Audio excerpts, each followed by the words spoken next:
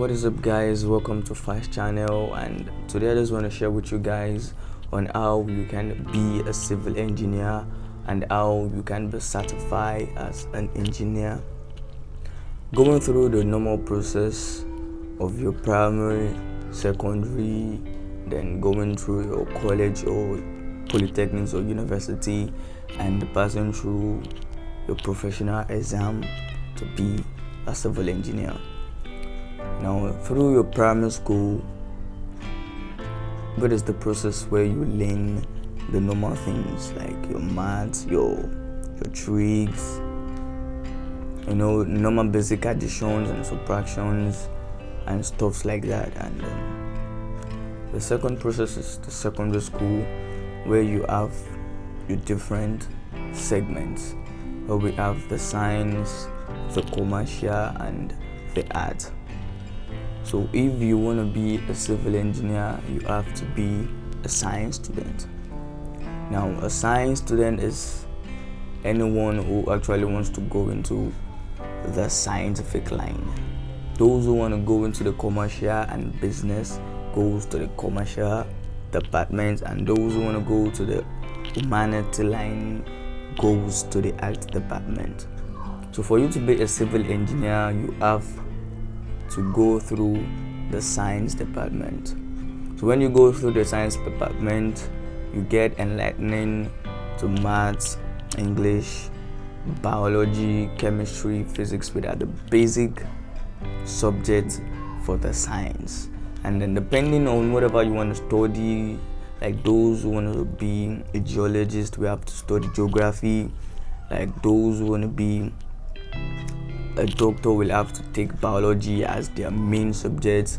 So for you who actually want to be a civil engineer, you need to take technical drawing and geography, or either further maths as your core subject. So whenever you want to write your WAEC or your JAMB, you actually need to write your maths, English, physics, and chemistry.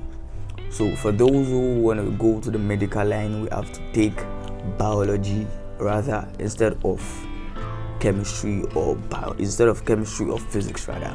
So for you to go into the engineering line as a civil engineer, you actually need to choose English, maths, physics, and chemistry for your JAMB. But for your WAEC, if you can't go for further maths, you can go for technical drawing or you go for geography. Actually, I was not offered to write further maths, so I quickly chose geography instead of further maths. So that was what I did. So after doing that, and the result is out, the WAEC result is out, and after the JAMB result is out, and depending on the school you want to go to, most universities take 250 or 300 above, depending on your core course, and most polytechnics take 150 as the cutoff mark. So you make research on the school you actually want to go to, like I did, going to Federal Polytechnic Ilaro. So I actually went to the school, making some registrations and printing. The first thing I actually did was to print the acknowledgement slip, where I registered as a student. My JAMB and WAEC result was asked for. So that was how everything is. And the first thing was out, which was the admission list. So after the admission list, my name was there as the first list, and we were asked to pay for the acceptance fee. So after the acceptance fee, everything was just moving as a normal student, going to class, waking up early in the morning, 8 to 6 or sometimes 7, and being tired during the week, we still have to go to some classes like that.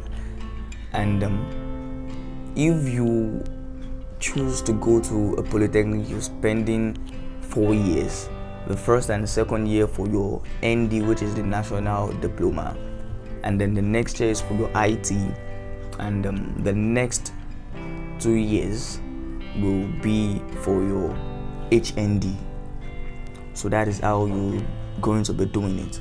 So the next 2 years will be for your HND, and after your HND, which is the higher national diploma, then you have to serve.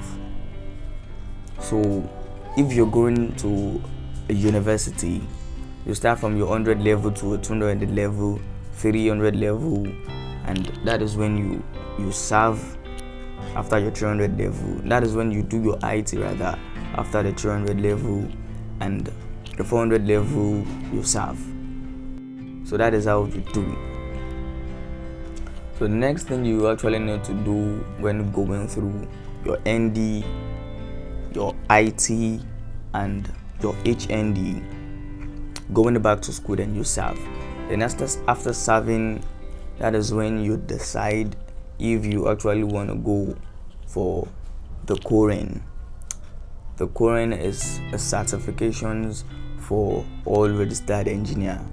So most students actually graduate without having the COREN. For the architects, they make use of ARCON. So we make use of COREN as civil engineers, and after you having your COREN certifications, after making the proper examinations, then you've been certified, and to be a certified civil engineer, that is the normal process and the normal basic you have to pass through. So after getting through those things, you are a civil engineer, and that is how everything is going to be. So it's not something that is so hard or something that is just a thing which you have to go through with the process. You just have to go through it with the process, move along people who know things, and that is how you have to do it. So I want you guys to actually subscribe to my channel if you want me to share more of the civil engineering content to you. Make sure you like this video because it helps me a lot with the YouTube algorithm, and I make a lot of tutorials for civil engineers and architects. So I just want you guys to make sure you're subscribing to my channel and making sure that you're sharing this video. Thank you guys.